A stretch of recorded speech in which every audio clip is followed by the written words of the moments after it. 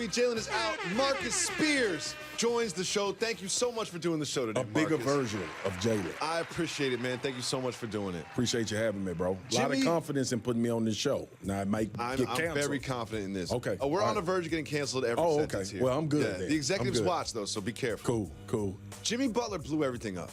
Jimmy Butler is a saboteur. He's a terrorist. Jimmy Butler, I'm not reporting to training camp. I'm not going to come to practice. He's like, oh, you guys want me to come to practice? Fine, I'll come to practice. Not only did he go to practice, he played with the third stringers, and then he won the game with the third stringers, trash-talked all the starters, trash-talked the front office, then talked to Rachel Nichols, and guess what canceled today? Not our show yet. Not yet. The Timberwolves canceled practice today. Sure they did. Jimmy Butler's pulling all the strings. You know what? They don't want goons and savages in the building. No, so they're trying to figure out how to get Jimmy Butler the hell out of there before we have practice again. It makes him uncomfortable. Look, dude, it is $300 million tied up in Karl Anthony Towns and Wiggins, and the best player on your team going at their neck. Every day. That's a bad situation. And winning the game. You know the GM was sitting there like, y'all better win. Y'all better win this game. So that's the point now, Cole. Where do you go from here? Well, they canceled practice. But no, I'm saying for the season. Jimmy Butler just wrecked your starters, per se, with the guys that don't even play. But not only that, and then he walked out the door before practice was over. He's not going to any meetings, and then he goes straight to an interview with Rachel Nichols and had this to say. Let's listen. So, boy, you had an eventful day.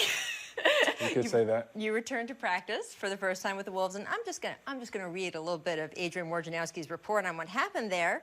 That you were loud, emotional, passionate, we like to say, targeting Coach Tom Thibodeau, teammates like Karl Anthony Towns and Andrew Wiggins. That you told GM Scott Layton, quote, "You effing need me." How would you describe what happened today? A lot of it's true. A lot of it is true. But you got to think, I haven't played basketball in so long, and I'm so passionate, and I love the game, and I don't do it for any other reason except for to compete and go up against the best to try to prove that I can hang. So all my emotion came out at one time. Was it the right way to do it? No. But I can't control that when I'm out there competing. Like, that's my love of the game. That's raw me. I love this. I love the game so much. I'm so passionate. I couldn't help but yell at everybody and win the game. I had to yell at all my teammates. I'm just so passionate that I had to clown everybody on the whole entire team. I was thinking the same thing, man.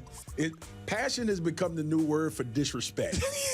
Right? Yeah. I just love the game so much. I just love it. That's why I had to clown everybody. I wanna punk all my teammates because I'm passionate about it. Like, I love it so much. Jimmy is a goon, bro. Like this is one of those situations that we gonna look back in basketball and say, I love that guy for the way he played and his attitude towards the game. Now, I don't know how this is gonna bode well for him in free agency. It's interesting. So, somehow through all of this, he became more likable. Yes. Like, not only did he leave work early, not show up to work, yell at his boss, and then go to the media and tell everybody about it, but I like him more because of it. He increased his value at that franchise. Do you really think so, though? Weird. Yes. Do you really think so? Through all this, if you're another GM, no, let's be real, though, Marcus. All right. You played professional football. If you're another GM, are you saying, I want that guy on my team, or you say, I don't want those problems? If you Pat Riley, yes. If you're a GM that can manage that, yes. I think you need to be a Pat Riley type. It's not a lot of those. Someone needs to look him in the face and be like, Jimmy, no, not today. I got it. I get all of that. But if it's raising the level, then you go with it, right? And if he is delivering what he's supposed to deliver as well on the basketball court, it's warranted. You know, superstars or dudes that stars get a bigger pass in situations like that. Of course. Like, that is a part of it. So when Jimmy went in there and he did what he did to the first stringers, he proved to everybody in their franchise that you pretty much need me to have any shot, right? So now he walks away with every other GM in the NBA knowing that. Here's the thing. Cole. Marcus. Every other GM knows that Jimmy Butler went into practice and beat the starters for the Minnesota Timberwolves. But do you know what else he did? He yelled at the GM. So if I'm the GM, I don't want to get yelled at by Jimmy Butler. You don't think Jordan ever yelled? You don't think Kobe ever yelled? Of course, but that's Jordan and Kobe. But what I'm saying is, you are the Jordan and Kobe to whatever franchise if you're the best player. in our mind, you may not be that, and obviously Jimmy Butler is not. But if you going in as the max player, franchise player for that organization, right now they think of you in that vein. So explain this to me. Be my psychiatrist. Okay. Why does all of this disruption, all this misbehavior, they canceled practice today, why does that make me like him more? Because you like goons. I do like goons. You like goons. I do like goons. You from the old school. I do like You like goons. dudes that play hard, bro. Like this is what we're missing in the NBA. What do we hear about the NBA all the time? I know you and Jalen talk about It's it. getting soft. It's soft. LeBron Everyone's couldn't friends, play in the 90s. and everyone's best friends. Exactly. And it's getting soft. And back in the 80s, they used to hate each other, and they used to hard foul, and That's they used why to we fight. need the Jimmy Butlers of the world. I That's love why Jimmy you Butler. like it. And you know why I like him? He drives a minivan. Does he? Yeah. That's dumb. He drives a minivan. That's just don't dumb. you dare disrespect minivans on this Cole, program, that's sir. dumb. It's dumb Don't you for dare. him to I know drive you a got minivan. kids. It's not don't good talk to me gas about mileage. minivans, man. It's not good gas mileage. It's not good gas mileage. Moving on.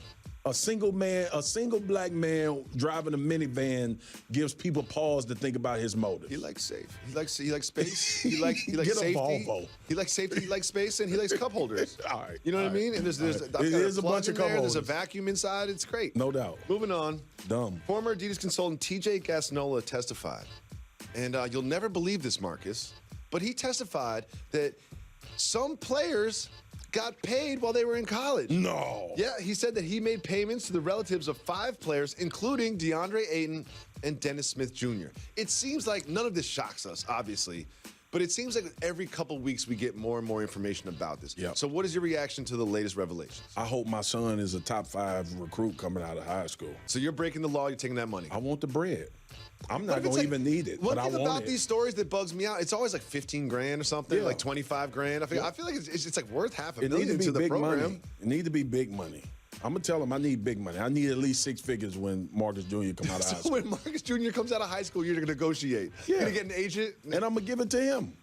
I'm going to funnel it through me and give it back to him. For real? No, I'm not. No, but Cole. what would you do for real to solve this? Nothing. Nothing, because it's only happening with the guys that's going top 10. And if Adidas gives a guy that they project as a top 10 pick and he doesn't, you know who bites the bullet? Adidas. Because they just lost money betting their hinges on these guys. Look, bro, you saw the Ben Simmons documentary, I'm sure. Of course. We talk about DeAndre Ayton. These dudes going to college as a malfunction of the system. They not going to college because they need to. So if they can make some money while doing that, and it goes to a bigger question with the NCAA and Sure, players of course. making money. Yeah. But at the end of the day, I don't have a single problem with it. You know where TJ messed up? DeAndre Ayton's wearing Pumas now. He wearing If you somebody, You didn't get the it's like- job it's- done, yeah, dog. It's like, come on, TJ. You didn't get the It's job like, done. Now you're testifying about the payments you made. He should be wearing 3 stripes right He now. might but he's be not. mad at that. He's not. Moving on. It's time for news that matters.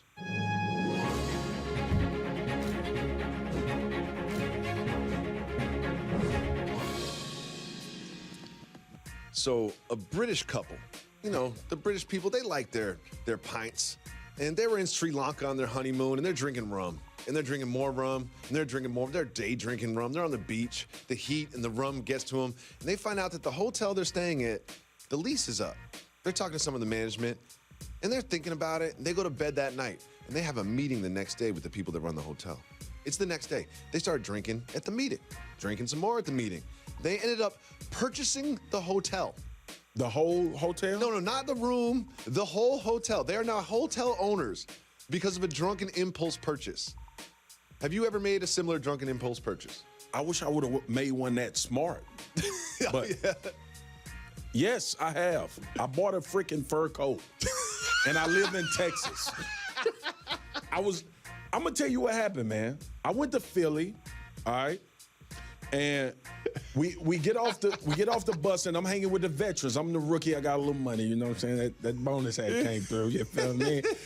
And we went to Torrey Big and Tall. It's the famous store in Philly, like for big dudes. So we go in there, and Leroy Glover was a big time defensive lineman in the league for a while. I remember.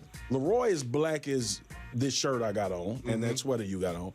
He bought a black mink, and I was like, "What are you doing, Leroy?" He was like, "You gotta get a mink, man. You're in the league." I bought a white freaking mink whoa! coat, bro. Not only did you get a fur coat, you bought a white fur coat. Bought a white mink coat. But I live in Texas, Cole. I wore the coat one time. And here's the thing: is you can't pack it on the road. You're going on a road trip. You can't pack a white mink coat. You can't do anything. Where with is that coat right now? I don't know. No one knows. Dumb. That was so dumb. You know So what? dumb. That's dumber than buying a hotel. It wasn't done when I bought it, though. I was thinking Frank Lucas. Coming up next, Marcus will stay with us, and we're going to talk about Le'Veon Bell's return to the Steelers and much more. That's next. Stay tuned to Jalen and Jacoby. Jalen, if you owned the Pistons, what's the first thing you'd do?